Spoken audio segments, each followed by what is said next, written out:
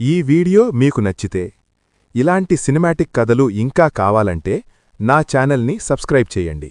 ఈ ప్రపంచంలో కథలు చదివేవాళ్లు చాలామంది ఉంటారు. కాని కథ నిజమై మన ముందే నిలబడితే మన కథ హీరో కిమ్ డోక్చా ఒక సాధారణ ఆఫీస్ ఉద్యోగి. జీవితంలో పెద్దగా ఏమీ లేదు, కాని ఒక అలవాటు మాత్రం ఉంది: వెబ్ నవలలు చదవడం. ఒక సాయంత్రం సబ్వేలో ఇంటికి వెళుతూ అతను తన ఫోన్లో ఒక నవల చదువుతున్నాడు. 3 Ways to Survive in a Ruined World. అదే ట్రైన్లో అతని ఆఫీసు సహోద్యోగి యూ సాంఘా కూడా ఉంటుంది. సాధారణ మాటలు, సాధారణ ప్రయాణం. అందరూ తమ తమ లోకాల్లో ఉన్నారు. కానీ సరిగ్గా రాత్రి 7 గంటలకు ట్రైన్ ఒక్కసారిగా బ్రేక్ వేస్తుంది.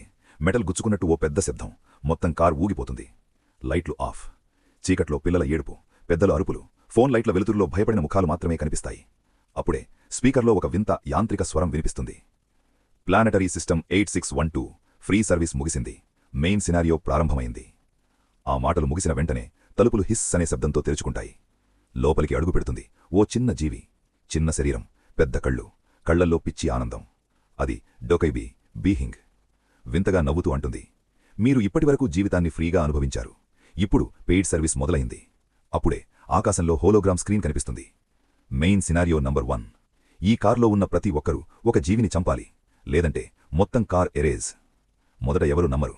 ఇది ప్రాంక్ అని ఒకడు కేకేస్తాడు. మరుసటి క్షణమే అతని తల ఒకే దెబ్బతో పేలిపోతుంది. రక్తం గోడలపై చిమ్ముతుంది. అందరి ఊపిరి ఆగిపోతుంది. డోక్చా గుండె వేగంగా కొట్టుకుంటుంది. ఒక మాట అతని తలలో గట్టిగా వినిపిస్తుంది: ఇది కల కాదు, నేను చదివిన నవల నిజమైంది. కొంతమంది డబ్బు ఇవ్వాలని చూస్తారు, కాని బీహింగ్ నవ్వుతుంది: ఈ కాగితం మా ప్రపంచంలో పనికిరాదు. సిగ్నల్ లేదు, పోలీస్ లేదు, సహాయం లేదు. ఇప్పుడు వాళ్లకు ఉన్నది భయం మాత్రమే. అప్పుడే ముందుకు వస్తాడు ఓ మాజీ సైనికుడు, లీ హ్యూన్ సంగ్. దేశం మొత్తం ఇదే పరిస్థితి అని చెబుతాడు. ఎవరూ నమ్మరు. అయితే అందరి ఫోన్లలో ఒకేసారి ప్రధాని ప్రసంగం వస్తుంది: ప్రజలారా భయపడకండి అని చెప్పేలోపే మరుసటి క్షణమే ఆయన తల కూడా పేలిపోతుంది. ఇప్పుడే అందరికీ అర్థమవుతుంది: ఇది నిజమైన అపోకలిప్స్. బీహింగ్ మళ్లీ కనిపిస్తుంది. ఇది ఆట కాదు. 5 నిమిషాల్లో ఎవ్వరూ చనిపోకపోతే ఈ కార్ మొత్తం నాశనం.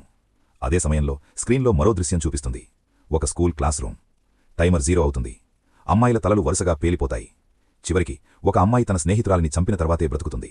ఆమె పేరు లీ జీహే. డోక్చా కళ్ళు మూసుకుంటాడు. ఇది మెర్సీ లేని ప్రపంచం.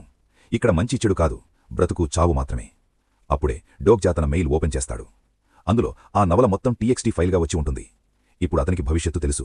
ఎవరు చస్తారు, ఎవరు బ్రతుకుతారు, ఏం జరుగుతుంది అన్నీ తెలుసు. అతని చేతిలో కథ ఉంది. అప్పుడే ఒక క్రూరమైన యువకుడు ఒక వృద్ధురాలిపై దాడి చేస్తాడు. అతని పేరు కిమ్ నామ్ వోన్.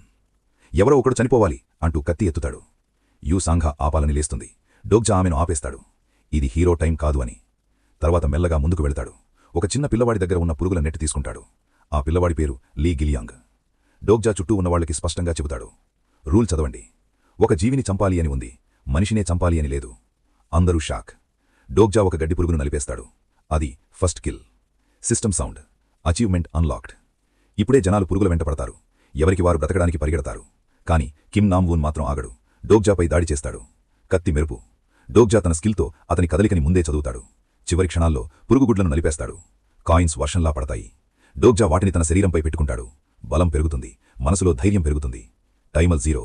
పెయిడ్ సెటిల్మెంట్ ప్రారంభం. కిమ్ నామ్ వూన్ తల పేలిపోతుంది. చాలామంది అక్కడే కూలిపోతారు. కాని డోక్చా మాత్రం రక్తం మధ్యలో, చీకట్లో నిశ్శబ్దంగా నిలబడతాడు.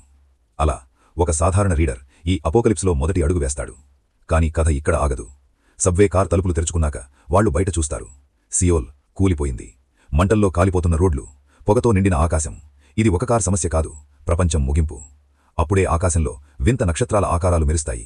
వాళ్ల గొంతు వినిపించదు, కాని మనసులోకి మాటలు పంపిస్తాయి. కాన్స్టలేషన్స్. దూరం నుంచే మనుషుల్ని చూస్తూ వినోదం పొందే దేవుళ్ళు.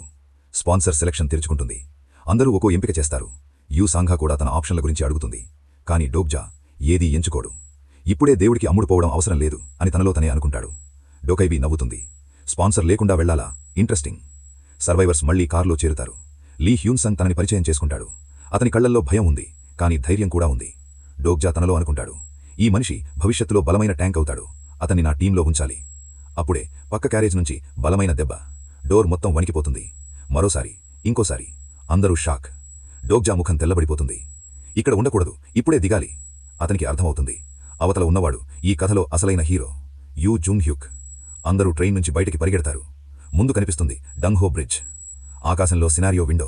Sub scenario broken bridge escape. వాళ్లు పరుగులు. కాని కింద హాన్ నదిలో నీళ్లల్లోంచి లేచి వస్తుంది ఓ మహారాక్షసం ఇక్తియోసార్. అది బ్రిడ్జిని కొరికేస్తూ నాశనం చెయ్యాలని చూస్తుంది. అదే సమయంలో సబ్వేలో చనిపోయిన శవాలు మళ్లీ లేచి డిమానిక్ జాంబీలుగా మారి వెంబడిస్తాయి. లీ హ్యూన్సంగ్, లీ గిలియాంగ్ అవతలికి చేరిపోతారు.